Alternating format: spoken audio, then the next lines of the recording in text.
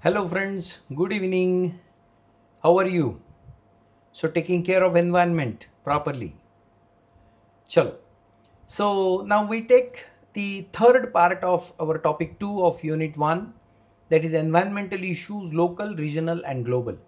So, we have completed with all the local issues. Now, we move on to the regional and global issues. So, in that, let us see how they are and which of them need to be dealt. The first and foremost is global warming. एक बहुत बड़ी समस्या पूरी दुनिया के सामने है। It is the use unusually increase in earth average temperature over the past century, primarily due to greenhouse gases released by people burning fossil fuel। हम पूरी दुनिया में लोग फॉसिल फ्यूल बर्न करते हैं, और फॉसिल फ्यूल बर्न होता है इसका मतलब ये जो गाड़ियों में हम पेट्रोल यूज़ करते हैं, डीजल यूज़ करते हैं, बहुत बड़े पैमाने पे ये इंडस्ट्रीज़ में यूज़ होता है। ये जो बर्न होता है उससे जो ग्रीन हाउस गैसेस निकलते हैं, ये ग्रीन हाउस गैसेस की वजह से there is a rise in temperature of the whole earth. पूरी अर्थ का एक एवरेज टेम्परेचर बढ़ गया है, उसे ग्लोबल वार्मिंग कहते हैं। एक बहुत बड़ी समस्या है और इसके बारे में सारे देश चर्चा करते हैं। बहुत सारी परिषद होती है, कॉन्फ्रेंसेस होती है, और उसमें डिक्लेरेशन होते हैं। दुनिया के बड़े बड़े देश एक साथ बात करके इस बहुत बड़ी समस्या के ऊपर समाधान निकालने का प्रयास करते हैं। So basically what are the causes, ये क्यों हुआ है, what is the reason? Natural causes, natural rotation of sun. एक तो पहला है कि नेचुरल रोटेशन जो सन का होता है, उसमें वो रोटेशन में पृथ्वी सन के नज़दीक जाती है, और वो नज़दीक जब जाती है तो उसका टेम्परेचर बढ़ता है, क्योंकि सन रेज डायरेक्टली और जल्दी पहुंचते हैं, और इसलिए नेचुरल रोटेशन है। Green house gas trap the solar heat rays, prevent escape from earth. Green house gases जो है, जिसका मैंने जिक्र किया कि ये फॉसिल फ्यूल जो बर्न होता है उसके द्वारा जो ग्रीन हाउस गैसेस तैयार होते हैं, वो क्या करते हैं कि वो यहाँ के पृथ्वी का जो ये है उसका जो सरफेस के ऊपर जो हीट है वो एस्केप नहीं होती, और वो यहीं पर रहती है, और इसलिए भी वो टेम्परेचर बढ़ता है। वोल्केनिक इरप्शन ये एक नेचुरल कॉज है कि वोल्केनो जब इरप्ट होता है तो उसमें से भी बहुत सारे गैसेस बाहर निकलते हैं। Methane causes global warming. Methane का यूज़ हम बहुत ज़्यादा करते हैं और वो ग्लोबल वार्मिंग कॉज करता है। अब ह्यूमन एक्टिविटीज़ कौन सी है? कुछ नेचुरल कॉजेज थे, कुछ ह्यूमन एक्टिविटीज़ कौन सी है? Industrial revolution, fossil fuel for power machines. बहुत बड़े पैमाने पे इंडस्ट्रियल रिवोल्यूशन हो गया, large scale industrial revolution is there. बड़ी बड़ी इंडस्ट्रीज लगाई गई।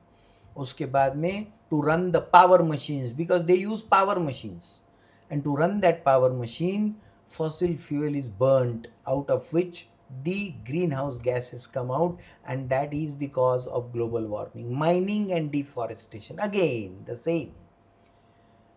नेचुरली जो हमारे पास है ना, उसको अगर हम खराब करेंगे अपने फायदे के लिए, अपने ग्रोथ के लिए, अपना बिजनेस चलाने के लिए, तो उसका फिर खामियाजा भुगतना पड़ेगा। We have to pay the price of it, and that is the price which we are paying, that is global warming, and that is causing deep and serious issues for this whole earth. What are the effect? Polar ice caps are melting and sea level will rise।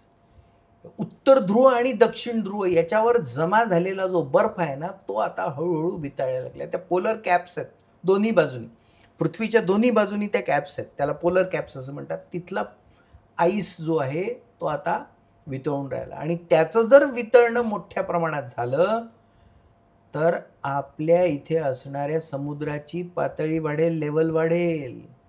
Now you imagine the big cities located, situated on the banks of the ocean. Mumbai समुद्रकिनारी वसलेलं गाव आहे, आणि आपण अंदाज करू की त्या पोलर आईस कॅप्स जर वितळल्या आणि त्याच्यामुळे जर मुंबईच्या समुद्राची पातळी 15 फुटांनी वाढली तर अर्ध मुंबई शहर पाण्याखाली जाईल। That is a big threat for almost all important cities in the world. Loss of habitat for some species, मोठा इफेक्ट आहे. Some species have loss their habitat. तुम्हाला माहिती असेल पक्षी स्थलांतर करतात. There are some birds who migrate from South Africa to India. एवढं मोठं मायग्रेशन आहे, माइल्स टुगेदर, हजारो मैल दूर उडून येतात. पण या ग्लोबल वॉर्मिंगमुळे काही प्राण्यांचं हॅबिटॅट लॉस झालं आणि त्यामुळे देखील तो एक मोठा इम्पॅक्ट आहे. Hurricanes will occur causing heavy damage. मोठे मोठे वादळं तयार होतात त्याच्यामुळे. क्लायमेट बदलून राहिलं आणि क्लायमेट चेंज झाल्यामुळे वादळ येतात. तर वादळ तुम्हाला माहिती असेल ते नाव देतात त्याला, अम्फान असे नावं देतात वेगवेगळे. तर ते वादळ आल्यानंतर केवढा मोठा क्यॉस होतो, किती प्रचंड नुकसान होतं. मागे ओरिसामध्ये झालेलं नुकसान आपल्याला आठवत असेल. 50,000 कोटी रुपयाचं नुकसान एका वादळाने करून दिलं. अख्खा ओरिसा झोडपून काढला त्या वादळाने. पूरा एवरीथिंग लॉस्ट, सब कुछ खत्म हो गया. तो ऐसे हरिकेन्स भी उससे की वजह से आ सकते हैं. Excessive heat end rain through out the year in certain areas. जैसा मैंने कहा पिछले एपिसोड में कि क्लाइमेट चेंज में वो जो जाड़े के दिन है ना, त्याला हिवाळा म्हणतात, थंडीचे दिवस, तो गायब होऊन राहिला. ऊन आणि पाऊस, प्रचंड पाऊस, पण पाऊस जोरात, तो हळूहळू येणारा झिरपणारा पाऊस किंवा मुरवणी पाऊस म्हणतात त्याला आपल्याकडे. झड लागते, थोडा थोडा थोडा थोडा येत राहतो. त्याच्यामुळे पाण्याची लेवल वाढते जमिनीतली. पण तसा पाऊसच बंद झाला. आता कोसळतो पाऊस. हे मोठमोठ्या विजा चमकतात, गडगडाट होतो आणि तन तन तन तन पाऊस पडतो आणि वाहून जातं पाणी सगळं. The water is washed away. कारण आपल्याजवळ पाणी साठवून ठेवण्याची व्यवस्थाच नाही आहे तेवढी. Excessive heat and rain all the time, every year. प्रत्येक वर्षी तुम्हाला ते दिसेल. 50 वर्षात फेब्रुवारी महिन्यामध्ये एवढा उन्हाळा किंवा एवढे गरम वातावरण होतं. हे वाढत राहणार. So that is the effect of global warming, a very serious effect. Solution काय आहे याच्यावर? Number 1, reduce contribution to green house gases to the atmosphere. Green house gases कमी आले पाहिजे ॲटमॉस्फिअरमध्ये. ते कमी कसे येतील? ते कुठून येऊन राहिले? एक तर इंडस्ट्रीमधून येऊन राहिले, दुसरं आपण जी गाडी चालवतो त्याच्यातून येऊन राहिले. सो यूज लेस व्हेकल्स. आज दिल्लीसारख्या गावामध्ये तिथल्या सरकारला हे करावं लागलं की तुमच्याकडे गाडी जर असेल तर आलटून पलटून चालवता येईल तुम्हाला. रोज नाही नेता येणार गाडी, एक दिवस आड न्यावं लागेल. Because pollution is causing so much trouble, so much disturbance to the environment and atmosphere that it is making people's life impossible to live. Greenhouse gases atmosphere. Reduce gasoline means reduce use of vehicle transportation. Vehicle transportation कमीत कमी. Cycle चालवतच नाही आपण. कुठे चालवतो cycle? जिथे जमेल तिथे cycle चालवली पाहिजे. कमीत कमी वाहन वापरलं पाहिजे. 2 लोक एकाच ठिकाणी जाणार असतील तर एका गाडीवर गेलं पाहिजे. एक गाडी ठेवून द्यायची. त्यांनी पैसे वाचतात असं नाही, पोल्युशन कमी होतं. ग्रीन हाऊस गॅसेस वातावरणात कमी जातात. असं सगळ्यांनी मिळून जर विचार करून ठरवलं ना, प्रॉब्लेम होतो काय की हे सगळं करत असताना मीच का करायचं, मीच केल्याने काय होणार आहे फक्त, असा विचार प्रत्येकच जण करतो. त्यामुळे कोणीच करत नाही. सगळेच जण हा विचार करतात. असा जर विचार केला तर की माझ्यापासून सुरुवात करीन मी, माझ्यापुरतं ठीक आहे ना, असं स्वतःला मोल्ड जर केलं आपण, असं स्वतःला जर बदललं तर प्रत्येकजण एक एक करून निदान आता आपल्या या कोर्समध्ये BCom पार्ट 1 आणि BSc पार्ट 1ला किती विद्यार्थी असतील संबंध विद्यापीठामध्ये आणि अजूनही महाराष्ट्रात जिथे कुठे हा कोर्स असेल तिथे किती विद्यार्थी असतील? समजा आपण 10,000 विद्यार्थी धरू.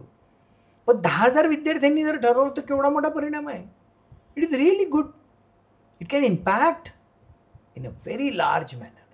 So let us think about it. Stop open burning dry leaves आणि गार्बेज. कधीच जाळू नये.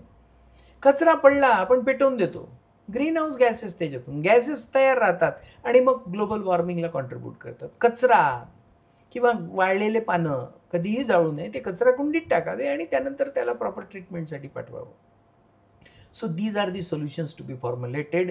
हे जर आपण केलं तर ग्लोबल वॉर्मिंगसारख्या एका अतिशय भयानक आणि दिवसेंदिवस फार किचकट आणि इंटेन्सिफाईड मॅनरमध्ये येणाऱ्या या समस्येवर आपण मात करू शकतो. पुढचा प्रॉब्लेम आपण पाहू. Ocean acidification. What is happening? It is the phenomenon of ongoing decrease in pH of earth due to carbon dioxide causing impact on ocean.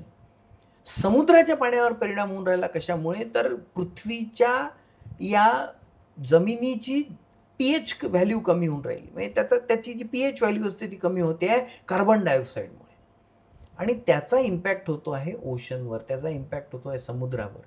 आता त्याचा इम्पॅक्ट समुद्रावर झाल्यामुळे काय होतं, कशामुळे, हे कॉजेस आहेत the burning of fossil fuel. पुन्हा तेच फॉसिल फ्युएल जे मोठमोठ्या इंडस्ट्रीमध्ये जाळल्या जातं, गाड्यांमध्ये जाळल्या जातं, याच्यामुळे परिणाम होतो. वेस्ट डिस्पोजल, समुद्रामध्ये किंवा समुद्राला पोचणारे जे स्रोत आहेत त्याच्यामध्ये घाण सगळी टाकल्यामुळे जो प्रॉब्लेम होतो त्याच्यामुळे होतं.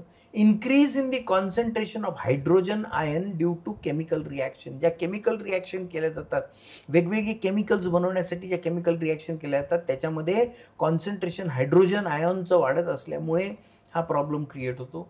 Lakh of eco friendly laws and regulations, आणि इको फ्रेंडली लॉज जे आहेत जे इंडस्ट्रीला लागू झाले पाहिजे. केमिकल्सची फॅक्टरी असेल तर तिथून बाहेर पडणारं केमिकल, घाणेरडं केमिकल किंवा विषारी जे आहे, अतिशय घातक जे आहे, त्याचं डिस्पोजल प्रॉपर झालंच पाहिजे. ते योग्य पद्धतीने त्याला समाप्त केलं पाहिजे किंवा योग्य पद्धतीने ते डिस्ट्रॉय झालं पाहिजे. ते तसं होत नाही.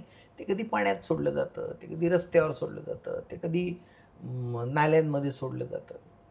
कारण नियम नाही आहेत, लॉ नाही आहे, भीती नाही आहे त्याची लॉची, आणि त्यामुळे हा प्रॉब्लेम होतो. आता याच्यावर इफेक्ट काय आहे त्याचे, लॉस ऑफ कोरल रीफ महत्त्वाचा प्रॉब्लेम आहे.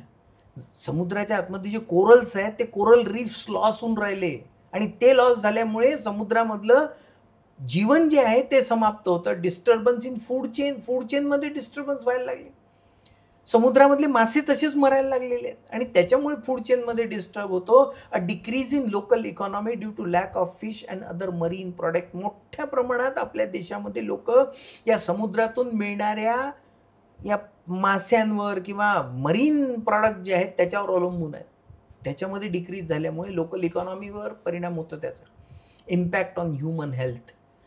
समुद्र खराब झाला, समुद्राचं पाणी जर ॲसिडिफिकेशन झालं तर माणसाच्या हेल्थवर देखील मोठा परिणाम होतो, आणि म्हणून याचे सोल्युशन्स आपण शोधले पाहिजे. Reducing the use of fossil fuels. मी तुम्हाला सांगितलं आहे सगळं एकत्रित आहे, सगळं एकत्रित बांधलं गेलं आहे. फॉसिल फ्युएलचा वापर कमी करणे हा पहिला उपाय आहे. मेकिंग स्ट्रिक्ट रेग्युलेशन्स, अतिशय कडक नियम केले पाहिजे, आणि त्या कडक नियमाच्या अंतर्गत कारवाई झाली पाहिजे. Spreading the awareness to masses and eating less meat. कमी मांस खाल्लं पाहिजे, मांसाहार कमी केला पाहिजे, अवेअरनेस वाढवला पाहिजे या बाबतीतला. कोण वाढवेल अवेअरनेस? तुम्ही आम्ही वाढवणार. आपण तुम्ही आम्ही प्रॉब्लेम समजून घेऊ ना. आज हा विषय, या विषयाच्या अनुषंगाने सिलेबस, आणि सिलेबसच्या अनुषंगाने मी शिकवतो आहे. हे शिकणं जे सुरू आहे याच्या माध्यमातून ओशन ॲसिडिफिकेशन कळतं आहे आपल्याला. बऱ्याचशा जणांना, काही लोकांना माहिती असेल पण बऱ्याचशा लोकांना आपण ऐकलंही नाही ओशन ॲसिडिफिकेशनचा प्रॉब्लेम आहे म्हणून. मग प्रॉब्लेमच जर माहीत नाही तर त्याच्यावरचं सोल्युशन कुठून काढू आपण? आता आपल्याला प्रॉब्लेम कळला, प्रॉब्लेम कळल्यानंतर त्याच्यावरचं सोल्युशन कळलं, आणि त्याच्यावरचं सोल्युशन जर आपल्याला काढायचं असेल तर आपल्याला use of alternative water resources, आपल्याला वॉटर रिसोर्सेस वेगवेगळे शोधले पाहिजे आणि ते टिकवले पाहिजे. तलाव निर्माण झालेले आहेत पण ते तलाव टिकवत नाही आपण, त्याच्यामध्ये घाण सोडतो, ते तलाव खराब होत जातात, मरून जातात. तलाव मरतो कारण पाणी घाण होतं, विषारी पाणी होऊन जातं. चांगल्या पाण्याचा तलाव असतो. नद्या खराब करतो आपण. असं सगळं खराब केल्यामुळे आणि घाण त्याच्यामध्ये टाकल्यामुळे ओशन ॲसिडिफिकेशनसारखा प्रॉब्लेम होतो. त्याला सोल्युशन्स आपण दिलेले आहेत. हे सोल्युशन्स त्याच्यावरचा महत्त्वाचा भाग आहे. हे प्रश्न तुम्हाला असे येणार आहेत की ओशन ॲसिडिफिकेशन थांबवण्यासाठी सोल्युशन सांगा. Provide solutions on the global issue like ocean acidification. So these are the points you need to write down this. So prepare notes accordingly. Your notes will be ready.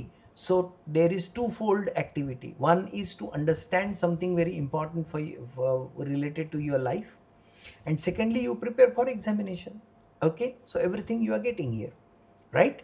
So that was the end of topic 2, environmental issues, local, regional and global. So we are seeing regional and global. That was part 3. Now we will, in the next video we will move to the part 4, and that is the last part of Unit 1, Topic 2, Environmental Issues, Local, Regional and Global. Here remaining global issues we will see. So till then, like, share and subscribe my YouTube channel, which is named Dr. Avinash Mohuril. I'm available on all social media platforms, so you follow me. Give this information to the students. अजूनही ज्या विद्यार्थ्यांपर्यंत ही माहिती पोहोचली नाही त्यांना सांगा. व्हॉट्सॲपवर आपण याची कम्युनिटी बनवली आहे, त्या कम्युनिटीला जॉईन करा, सो दॅट तुमच्यापर्यंत ही सगळी इन्फॉर्मेशन पोहोचेल. आणि एक एक episode right from the beginning याची आपण एक प्लेलिस्टच बनवली आहे. माझ्या चॅनलवर जर तुम्ही गेलात तर तिथे तुम्हाला इंडियन नॉलेज सिस्टीमची एक प्लेलिस्ट दिसेल. तिथे जवळपास 37-38 व्हिडिओ आहेत. आणि इथे एक सेपरेट आता प्लेलिस्ट बनवली आहे की ज्याच्यामध्ये एक व्हिडिओ टाकला जाईल. असा संपूर्ण सिलेबस त्याच्यावर राहणार आहे. त्यामुळे अन्य विद्यार्थ्यांना देखील सांगा, ते शोधायला सोपं आहे. त्यामुळे जरूर ते पहा. तुमचा अभ्यास होतो आहे आणि एका चांगल्या विषयाच्या अनुषंगानं आपण एकत्रितपणे काम करतो आहे. Okay, so thank you so much. We will meet in the next episode, that is the last part of Topic 2, Unit 1. Till then, take care of yourself and take care of the environmental issues which are around you. Thank you so much. Bye bye.